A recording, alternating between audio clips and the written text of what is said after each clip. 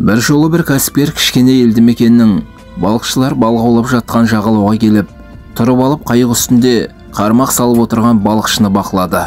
Қармаққа үлкен бір балық келіп ілініпті. Кәсіпкер балықшыны сәттілігімен құттықтап, әлгінде үлкен балықты ұстау үшін қанша уақыты кететіндігін сұрады.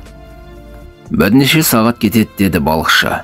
Сен неге теңіз бетінде қалып, осында балықтардың тағы да бірнешеуін аулап болмайсың, деп таңырқайды кәсіпкер. Отбасымның ертеңге дейін өмір сүруіне бір балықта жетіп жатыр, дейді әлгі. Бірақ сен қалған күннің бәрінде де солай істейтін боласың ғой, дейді кәсіпкер сабырсызданып.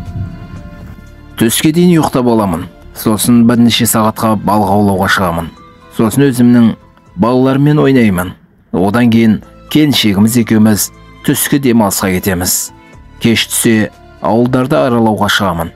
Вино ішіп, достардың басы қосылып, гитарада бірге ән шырқаймыз.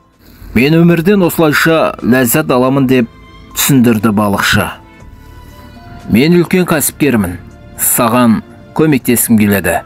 Сен бәрін дұрыс жасап жатқан жоқсың. Алдымен күні бойына балық аулап, үлкен қайық сатып алуың тиіс. Сосын не болады, деп сұрайды балықшы. Сосын сен одан да көп балық аулайтын боласың. Өзіңе бірнеше қайық, тіпті кеме де сатып аларсың. Және керемет күндердің бірінде сенде кемелер тобы болмақ.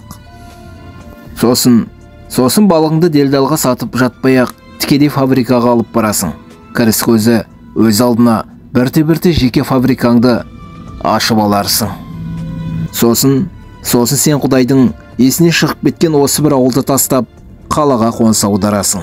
Күндердің күні өзіңнің жеке кеңсеңді ашып, директорлық қызмет атқаруыңда әбден мүмкін. Ал енді осының бәрі қанша уақыт алады?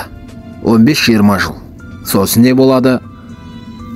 Ал сосын, деп күлді кәсіпкер.